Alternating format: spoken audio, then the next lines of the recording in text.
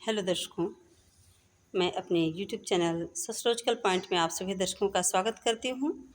और आज मैं जाति की उत्पत्ति के बारे में, सिद्धांत के बारे में बताऊंगी कि जाति की उत्पत्ति का क्या सिद्धांत है।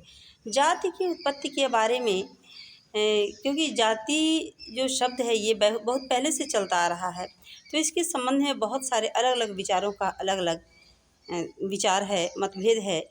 किसी ने प्रजातीय कारण बताया है तो किसी ने व्यावसायिक कारण बताया है, किसी ने प्राकृतिक कारण बताया है। बहुत सारे कारण हैं जाति की उत्पत्ति के संबंध में। तो आइए जानते हैं कुछ कारणों के बारे में कि जाति की उत्पत्ति के क्या कारण हैं। सबसे पहले जाति की उत्पत्ति के प्रजातीय कारण के बारे में हम बताएंगे कि प्रजातीय कारण क्या है। जाति की उत्पत्ति के प्रजातीय कारण के अंतर्गत प्रजातीय विभिन्नता आते हैं।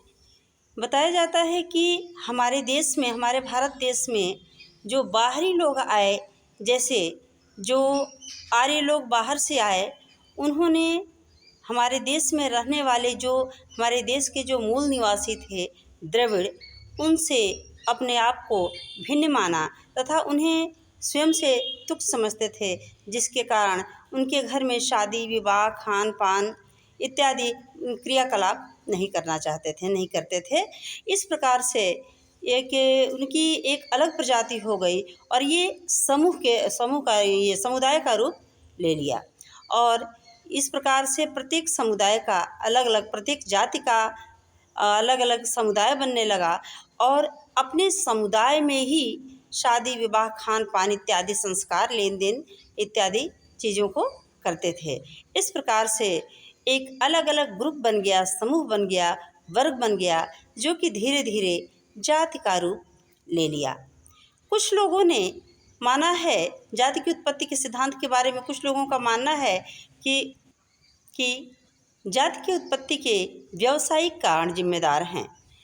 व्यावसायिक कारण के अंतर्गत बताया गया है कि जो व्यक्ति जिस कार्य को करता था वह उस समूह का व्यक्ति होता था और प्रत्येक समूह में शादी विवाह खान पान इत्यादि लेन देन से संबंधित किसी भी प्रकार से जो आंतरिक संबंध बनते थे, अंतर संबंध बनते थे, ये सभी उन्हीं समूहों के बीच में, यानी एक समूह के बीच में ही होता था।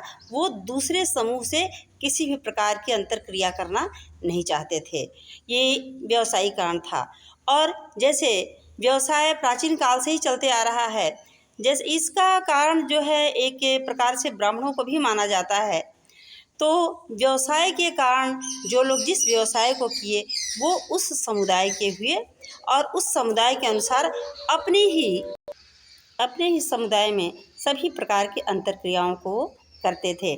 जैसे कोई भी व्यक्ति एक ब्राह्मण वर्ग का व्यक्ति है तो उसके हिस्से पूजा पाठ करना, किसी भी प्रकार धार्मिक अनुष्ठान से संबंधित क्रियाकलाप को करना, वेद पढ़ना, ये सभी कार्य ब्राह्मणों को सौंपी गई थी।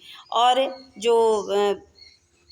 जो किसी भी प्रकार की व्यावसायिक कार्य करते थे तो उन्हें खेती गृहस्थी का काम करते थे और भी काम करते थे, तो वो लोग जो थे दूसरे समूह के माने जाते थे।